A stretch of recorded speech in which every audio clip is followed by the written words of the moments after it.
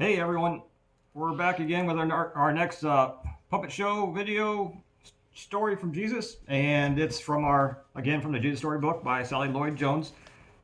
This one's called Treasure Hunt, and it's adapted from the story in Matthew 13. We'll be back in 1 second with the show.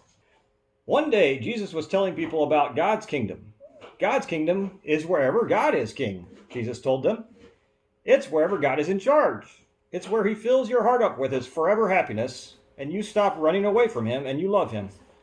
But sometimes people couldn't understand things very well, so Jesus helped them by telling them stories called parables. Jesus said God's kingdom is like a hidden treasure, and then he told them this story. Once upon a time, there was a man working in a field, digging. So there he is digging, but what he doesn't know is that in that field there is buried treasure. So dig, dig, dig, clink, clank, clunk. Uh-oh! His shovel bumps into something hard. Hello? What's this? He picks it up, dusts it off. It's a chest. It's rusted and locked, but creak! He pries it open. What he sees inside takes his breath away. Beautiful, glittering, gleaming, twinkling, sparkling, precious jewels. It's a treasure chest.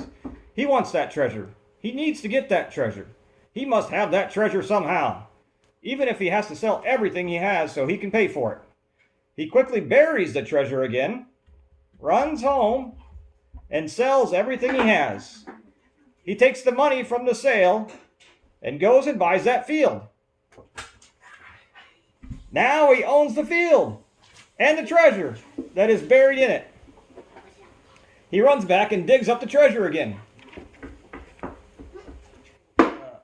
Jesus said, coming home to God is as wonderful as finding a treasure. You might have to dig before you find it. You might have to look before you see it. You might even have to give up everything you have to get it.